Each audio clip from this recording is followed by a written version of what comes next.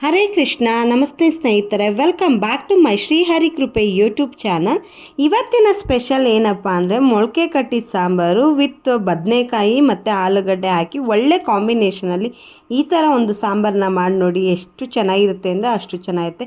Especially ನಿಮಗೆ ಎಲ್ಲ ಥರ ಪ್ರೋಟೀನು ಇದರಲ್ಲೇ ಸಿಗುತ್ತೆ. ಈಗ ಬೇಸಿಗೆ ಆಗಿರೋದ್ರಿಂದ ಟೈಮ್ ವೇಸ್ಟ್ ಮಾಡ್ದಲ್ಲೇ ಹೇಗೆ ಮಾಡೋದು ಅಂತ ಮೊದಲಿಗೆ ನಾನಿಲ್ಲಿ ಒಂದು 200 ಗ್ರಾಮ್ ಅಷ್ಟು ಹುಳ್ಳಿಕಾಳನ್ನ ಮೊಳಕೆ ಕಟ್ಟಿ ಇಟ್ಕೊಂಡಿದ್ದೀನಿ. ಒಂದು 2-3 ಬದನೆಕಾಯಿ, ಒಂದು 2 ಆಲೂಗಡ್ಡೆ, ಕಟ್ ಮಾಡಿ ಇಟ್ಕೊಂಡಿರೋ ಅಂಥ ಈರುಳ್ಳಿ, ಜೀರಿಗೆ, ಕರಿಬೇವು, ಸಾಸಿವೆ, ಎಣ್ಣೆ, ಕರಿಬೇವು ಬಂದು ಇದು ಒಗ್ಗರಣೆಗೆ. ಮತ್ತು ಖಾರಕ್ಕೆ ನಾನಿಲ್ಲಿ ಅರ್ಧ ಹೋಳಷ್ಟು ತೆಂಗಿನ ತುರಿ, ಶುಂಠಿ, ಈರುಳ್ಳಿ, ಬೆಳ್ಳುಳ್ಳಿ, 1 ಚಮಚದಷ್ಟು ಧನಿಯಾ ಬೀಜ ಮತ್ತು 4-5 ಬ್ಯಾಡಗಿ ಮೆಣಸಿನ್ಕಾಯಿನೂ ತೊಗೊಂಡಿದ್ದೀನಿ.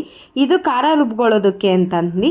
ನೆಕ್ಸ್ಟು ನಾನಿಲ್ಲಿ ಒಂದು 2-3 ಹುಳಿ ಟೊಮೊಟೊ ಮತ್ತು ಸಾಂಬಾರು ಪುಡಿ, ನೀವು ಏನು ಮನೆಯಲ್ಲೇ ಮಾಡ್ಕೊಂಡಿರ್ತೀರಲ್ಲ ಆ ಸಾಂಬಾರು ಪುಡಿ ಮತ್ತು ಕೊತ್ತಂಬರಿ ಸೊಪ್ಪನ್ನ ಹಾಕ್ಕೊತಾ ಇದ್ದೀನಿ ನಾನಿಲ್ಲಿ. ಚಿಕ್ಕದೊಂದು ಬಾಣಲಿಗೆ 2-3 ಚಮಚದಷ್ಟು ಎಣ್ಣೆನ ಹಾಕ್ಕೊಂಡು, ಏನು ನೀವು ಬೆಳ್ಳುಳ್ಳಿ, ಈರುಳ್ಳಿ, ಧನಿಯಾ ಬೀಜ, ಬ್ಯಾಡಗಿ ಮೆಣಸಿನ್ಕಾಯಿ, ಕಾಯಿ ತುರಿ, ಹುಣಸೆಹಣ್ಣು, ಟೊಮೊಟೊ ಇದೆಲ್ಲನ ಹಾಕಿ ಚೆನ್ನಾಗಿ ಎಣ್ಣೆ ಒಳಗಡೆ ಈ ಥರ ಹುರ್ಕೊಂಡು ನೋಡಿ ಮಿಕ್ಸಿ ಜಾರ್ಗೆ ಹಾಕ್ಕೊಂಡು ಗ್ರೈಂಡ್ ಮಾಡ್ಕೋಬೇಕು.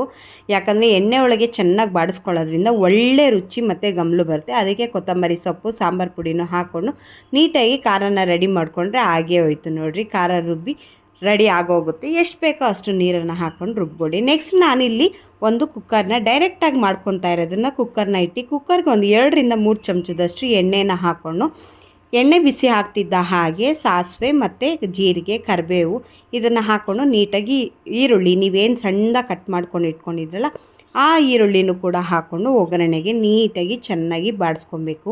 ಅದರಲ್ಲಿರೋ ಅಂಥ ಹಸಿ ಸ್ಮೆಲ್ಲೆಲ್ಲ ಹೋಗಬೇಕು. ಅದಾಗ್ತಿದ್ದ ಹಾಗೆ ನೋಡಿ 2-3 ನಿಮಿಷ ಆದರೆ ಸಾಕು. ಈರುಳ್ಳಿ ಚೆನ್ನಾಗಿ ಕಂದು ಬಣ್ಣ ಬರೋ ಹಾಗೆ ನೀಟಾಗಿ ಫ್ರೈ ಆಗೇ ಹೋಗುತ್ತೆ.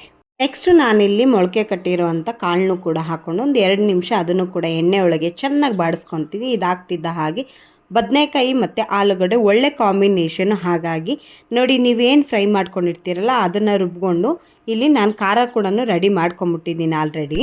ಮೊಳಕೆ ಕಟ್ಟಿದ ಕಾಳು, ಬದನೆಕಾಯಿ, ಆಲೂಗಡ್ಡೆ ಚೆನ್ನಾಗಿ ಎಣ್ಣೆ ಒಳಗಡೆ ಫ್ರೈ ಆಗಿದೆ. ಮತ್ತು ರುಬ್ಬಿರುವಂಥ ಸಾಂಬಾರು ಮಸಾಲೆ ಕೂಡ ಇದ್ರೊಳಗಡೆ ಹಾಕಿ ಎಷ್ಟು ಬೇಕೋ ಅಷ್ಟು ಒಂದು 2-3 ನಿಮಿಷ ನೀವು ಅದನ್ನೇ ಗಟ್ಟಿ ಆಗೋ ಥರ ಬೇಯಿಸ್ಕೋಬೇಕು. ಯಾಕಂದರೆ ಹಸಿ ಸ್ಮೆಲ್ ಹೋಗಬೇಕು.